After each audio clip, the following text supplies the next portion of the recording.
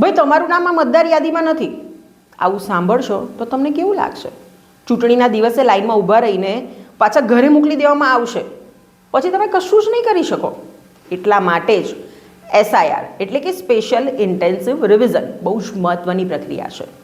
નમસ્કાર મિત્રો, ચૂંટણી એટલે લોકશાહીનો સૌથી મોટો તહેવાર, પરંતુ આ આખી લોકશાહીની જે બિલ્ડિંગ છે ને એ એક જ પાયા પર ઊભી છે અને એ છે મતદાર યાદી. અને આ યાદી દરેક વખતે ચૂંટણી પહેલાં સુનિશ્ચિત કરવામાં આવે છે. એના માટે ખાસ ડ્રાઈવ ચલાવવામાં આવે છે જેનું નામ છે એસઆઈઆર એટલે કે સ્પેશિયલ ઇન્ટેન્સિવ રિવિઝન. આજે આપણે એસઆઈઆર શું છે, કેમ થાય છે, શું પ્રોસેસ છે, એમાં તમારે શું કરવાનું છે, આ બધું જ ક્રિસ્ટલ ક્લિયર રીતે સમજશું આ વિડીયોમાં. એટલે આ વિડીયોને છે ને છેલ્લે સુધી જોજો. સૌથી પહેલાં તો એસઆઈઆર છે શું, આ સવાલ તમારા મનમાં આવતો હશે. એસઆઈઆર એટલે મતદાર યાદીની સ્પેશિયલ ઇન્ટેન્સિવ રિવિઝન. ચૂંટણી પહેલાં નવા મતદારોના નામ ઉમેરવા, મૃત્યુ પામેલા કે ડુપ્લિકેટ નામ જે છે તેને દૂર કરવા, સરનામું બદલાયું હોય તો તે અપડેટ કરવું, કોઈ પણ ભૂલ હોય તેમાં સુધારો કરવો, મતદાર યાદી શુદ્ધ બને અને ચોખ્ખી રહે એ તેનો મુખ્ય હેતુ. કોઈ યોગ્ય મતદાર છૂટી ન જાય અને કોઈ બોગસ જોડાઈ ન જાય. હવે તમને લાગશે કે આ કેમ જરૂરી છે? કલ્પના કરો કે તમારું નામ યાદીમાં નથી, તમારો મત નથી, તમારો અવાજ નહીં સંભળાય, તમે નિર્ણયમાંથી બહાર. અને ચૂંટણીનું સૂત્ર જ છે મારો મત મારી ઓળખ, 1 person 1 vote 1 place only. જો મતદાર યાદી ખોટી હશે તો લોકશાહી જોખમમાં મુકાશે, ખોટા લોકો મત આપશે, નાગરિકો પોતાનો અધિકાર ગુમાવશે અને તમારા એક મતથી સરકાર બદલી શકે છે, નીતિઓ નક્કી થાય છે, દેશનું ભવિષ્ય લખાય છે. હવે તમે કહેશો કે આ પ્રક્રિયામાં કોણ કોણ લોકોએ ખાસ કરીને ભાગ લેવો જ જોઈએ? તો સૌથી પહેલાં આવે છે 18 વર્ષ પૂર્ણ થઈ ગયા હોય તેવા યુવાનો કે યુવતીઓ કે જેમણે નામ એડ કરાવવાનું છે લિસ્ટમાં.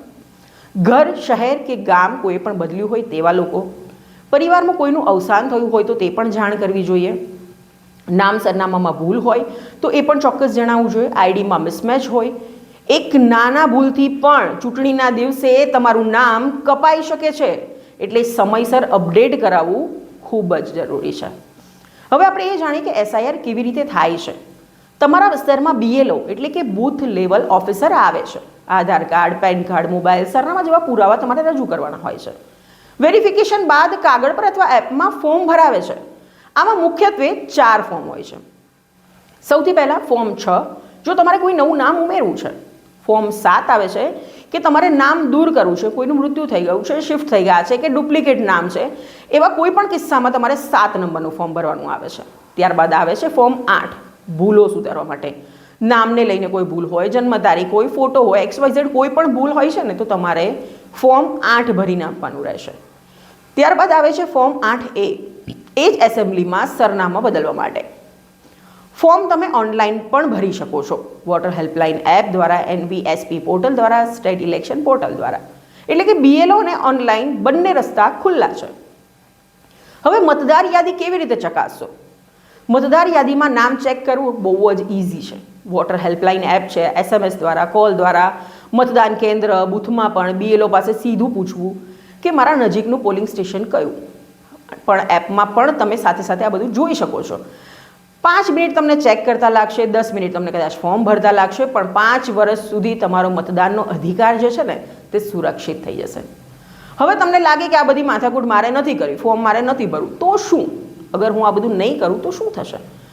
જો તમારું નામ યાદીમાં નહીં હોય તો સૌથી પહેલાં તો તમને મત આપવા નહીં મળે. તમારો અધિકાર 5 વર્ષ માટે તમે ગુમાવી દેશો. પછી ફરિયાદ કરો તો પણ સમય પૂરો થઈ જશે, પછી કંઈ જ નહીં થાય. પછી જોઈશું કહીને 5 વર્ષનો પસ્તાવો તમારે કરવો પડશે. હવે આપણી જવાબદારી શું છે આ સમગ્ર પ્રક્રિયામાં? સૌથી પહેલાં તો બીએલઓને સહકાર આપો. જ્યારે બીએલઓ આવે છે ત્યારે તેને પ્રોપર ડોક્યુમેન્ટ્સ, જરૂરી માહિતી આપો, સાચી માહિતી આપો. પરિવાર અને પડોશીઓનું નામ પણ તપાસો. યુવાનોને ખાસ મોટિવેટ કરો, કારણ કે તમારો એક પ્રયત્ન છે ને કેટલાય લોકોનું ભવિષ્ય સુરક્ષિત કરે છે. મિત્રો, લોકશાહી માત્ર મતદાન પૂરતી નથી, મતદાર યાદીમાં નામ હોવું પણ એટલું જ જરૂરી છે.